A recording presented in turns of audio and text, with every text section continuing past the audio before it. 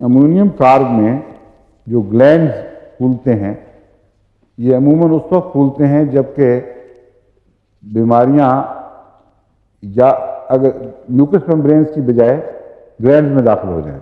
اس کی دو شاخہ ہے اس کا.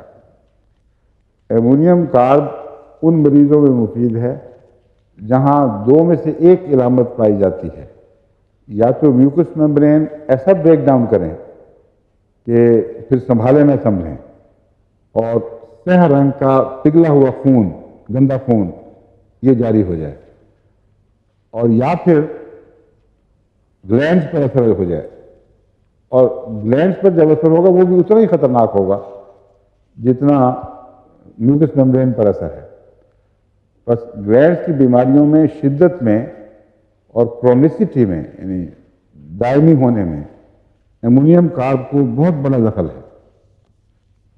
امونیم کارب کی ایک پہچان ہے جو وقت کے لحاظ سے بھی ہے.